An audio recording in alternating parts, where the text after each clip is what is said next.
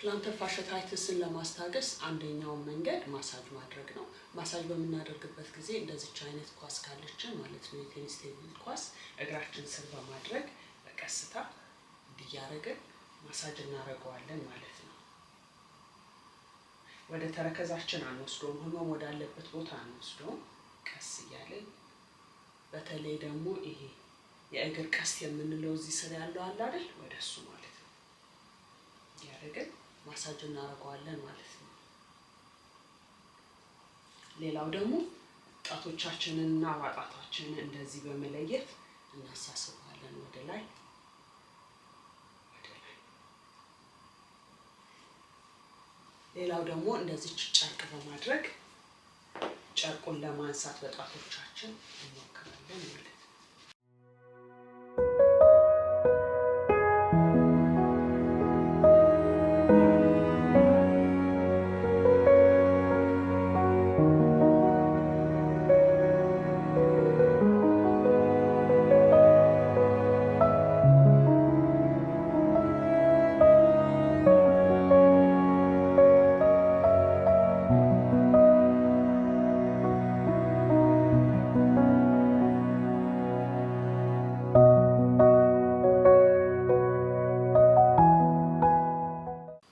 የመጨረሻው ደግሞ እንቅስቃሴ በዚህ መልኩ መቀመጥ ነው። በዚህ መልኩ ለ1 ደቂቃ መቀመጥ፣ ከዛ በኋላ አቅማችንን እያጠነከርን ወደ 2 ወደ 3 ደቂቃ ተቀምጠን ሰውነታችንን በተለይ ደግሞ እግራችንን እናሳስባለን። ጫና ደግሞ እንፈጥርበታለን ማለት ነው። ማስልሳችንን እናሰራዋለን።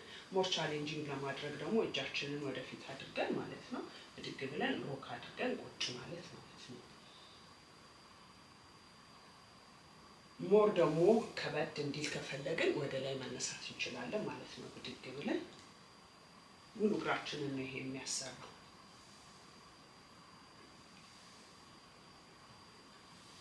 እነዚህን እንቅስቃሴዎች ሞክሯቸውና ለውጥ ካለ ንገሩኝ። ስለተከታተላችሁን በጣም ነው የማመሰግናለሁ። ሰላም ሁኑልኝ።